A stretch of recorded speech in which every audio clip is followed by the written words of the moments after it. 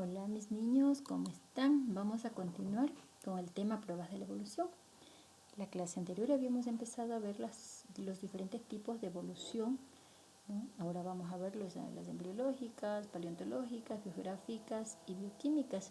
Miren, habíamos visto esto, las pruebas de anatomía comparada o también llamadas pruebas morfológicas, ¿ya? El día de hoy vamos a ver las pruebas embriológicas o también llamadas pruebas ontogénicas. Vamos a ver también las pruebas paleontológicas o también llamado registro fósil.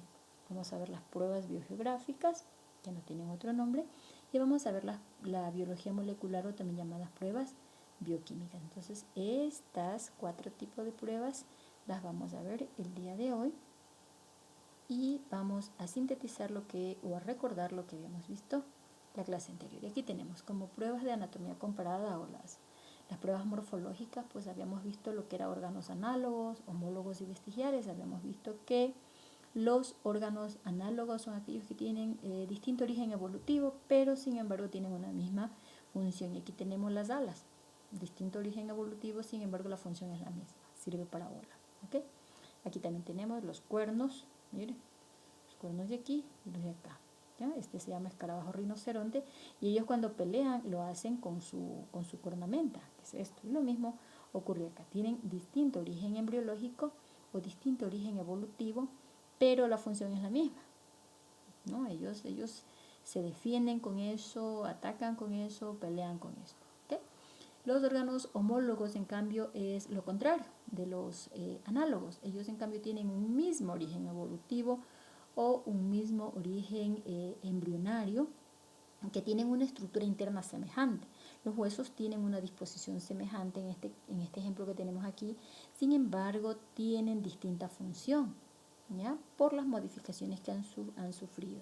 Entonces, aquí tenemos que son extremidades, sin embargo, la función es distinta, ¿no? En el humano tenemos la mano, acá tenemos la patita de un caballo, tenemos el ala de un murciélago, la aleta de una ballena. La función es totalmente distinta a pesar de que su estructura interna, su estructura anatómica interna es semejante, con mismo origen evolutivo y embrionario.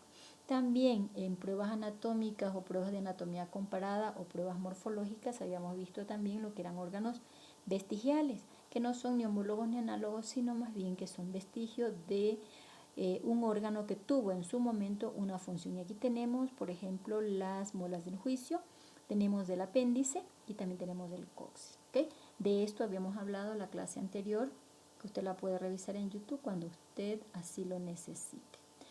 Hoy vamos a ver esto, las pruebas embriológicas, ¿cierto? Estas pruebas embriológicas están basadas en un estudio comparativo a sí mismo, pero ¿qué es lo que compara? Lo que compara es el desarrollo embrionario de los distintos seres.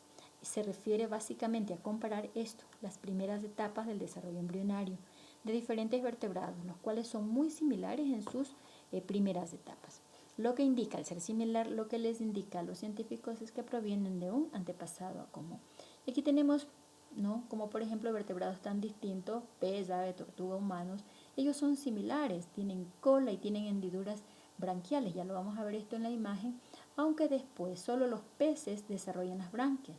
El resto de especies se va diferenciando según avanza su desarrollo, van tomando su forma correspondiente según la especie. Entonces, aquí tenemos la imagen, miren, las primeras etapas embrionarias de estas cuatro especies, tenemos pez, reptil, ave y humano, son semejantes. Aquí tenemos las hendiduras branquiales del pez, hendiduras branquiales del reptil, hendiduras branquiales de un ave y hendiduras branquiales del humano. Sin embargo, estas hendiduras branquiales solamente toman la forma de branquias en el pez, pero en esta primera etapa evolutiva, embrionaria, son bastante semejantes, lo mismo la cola, ¿no es cierto?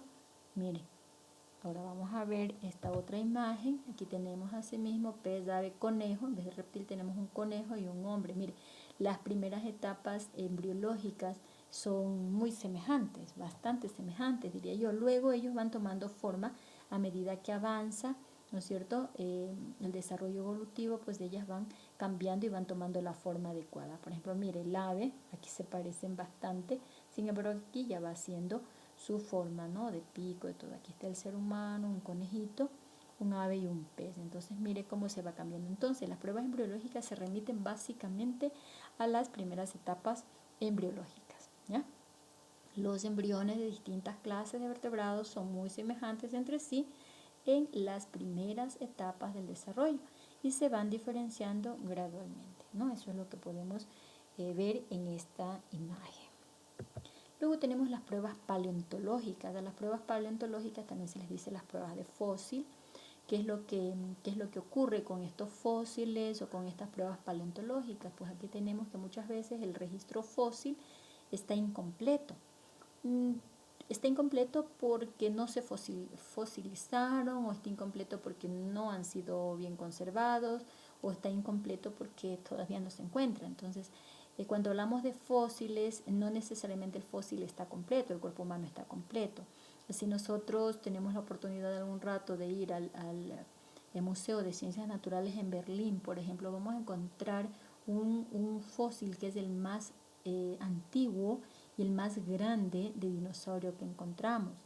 Entonces, pero ese fósil está completo. Asimismo, vamos a encontrar en ese museo fósiles que están incompletos. No se ha encontrado simplemente. No es que no ha sido bien conservado, sino que simplemente no se lo ha encontrado. ¿Okay? Entonces, a esos fósiles se le denomina pruebas paleontológicas. En algunos casos sí se ha podido reconstruir su filogenia. ¿Qué es esto de filogenia? Filogenia, es decir, la serie completa, ordenada de especies más antiguas a más modernas, ¿no es cierto? Hay fósiles que sí se los ha ubicado por años, desde la antigüedad hasta la más moderna. A eso se le llama una filogenia. Entonces, cuando estudiando los fósiles se puede observar cómo unas especies se han transformado en otras. Incluso se puede reconstruir cómo se fueron adaptando a las nuevas condiciones ambientales del medio. Entonces, vamos a ver un ejemplo de un fósil.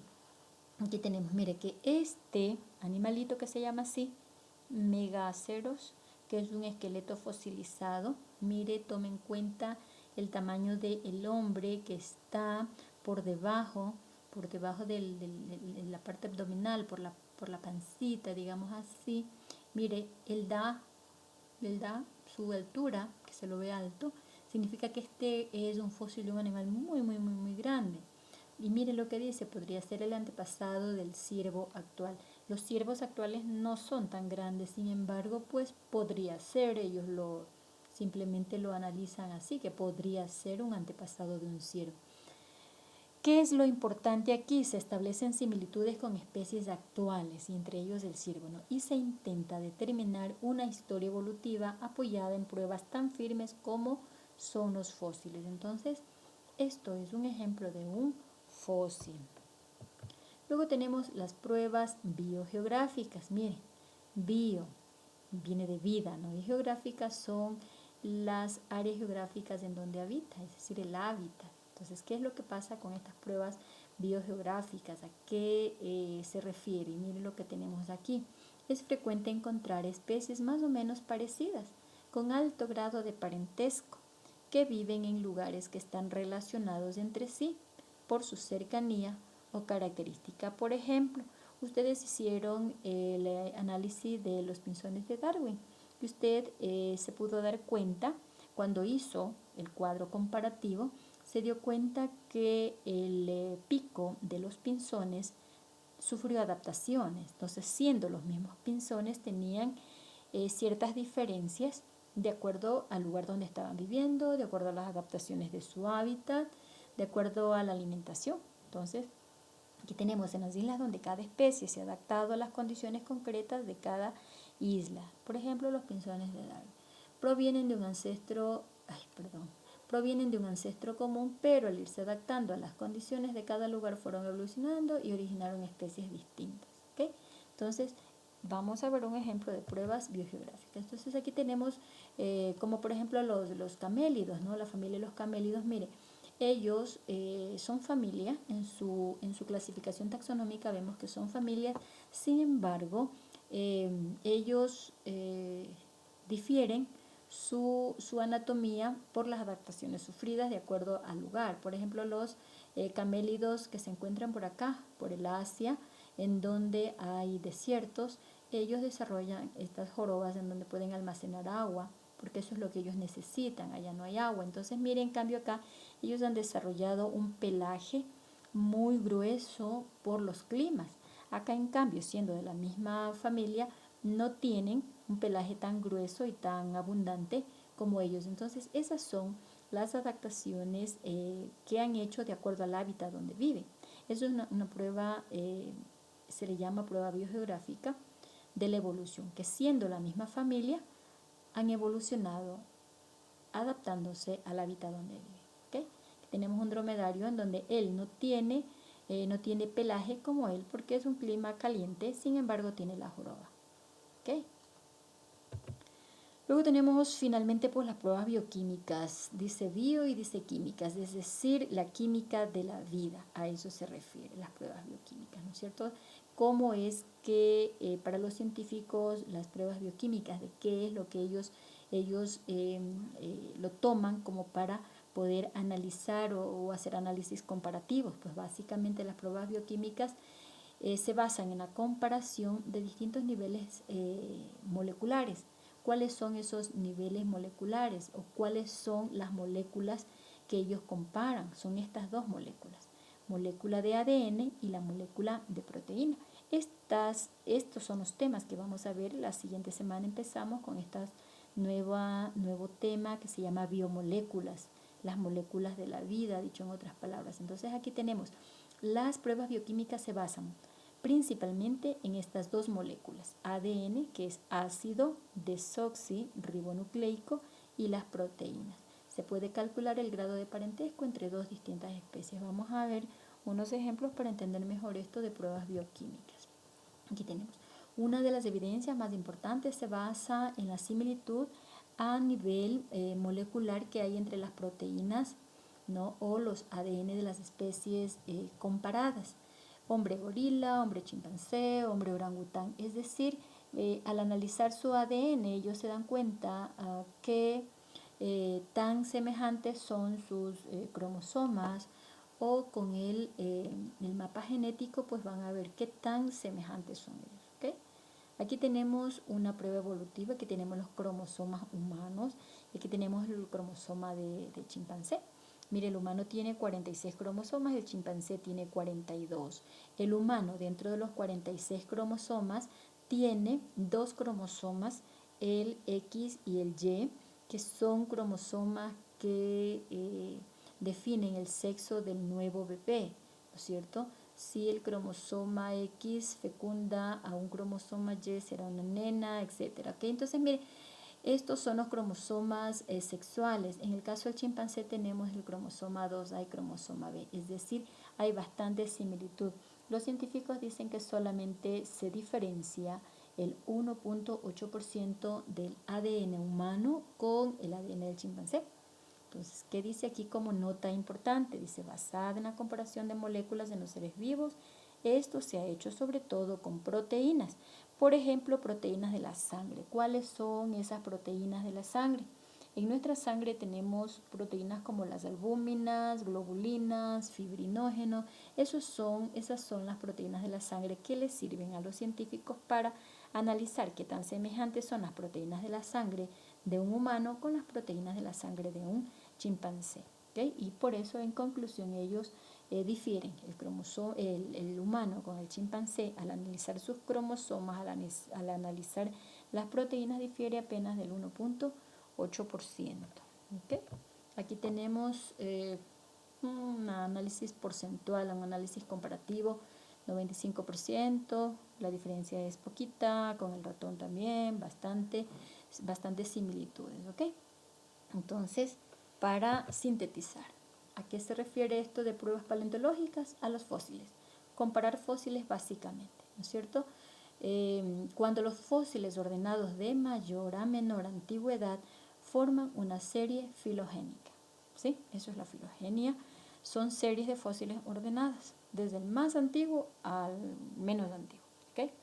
Las pruebas embriológicas, acuérdese, de embrión, ¿no? Embriológicas, básicamente es comparar los embriones en las primeras etapas, que son muy semejantes, luego van tomando las características particulares según la especie.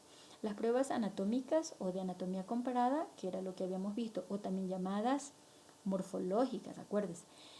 Esto de pruebas anatómicas básicamente se refiere a órganos que son homólogos, análogos y vestigiales. Las pruebas bioquímicas, como acabamos de ver, pues se refiere a esto, a las biomoléculas, ¿no? A la comparación de básicamente o especialmente de las proteínas, y no todas las proteínas, sino más bien se basa en las proteínas de la sangre y de ácidos nucleicos, básicamente del ADN. Ácidos nucleicos son el ADN y el ARN, pero los científicos basan sus pruebas bioquímicas más o sobre todo en el ADN y en las proteínas de la sangre. A eso se refieren las pruebas bioquímicas.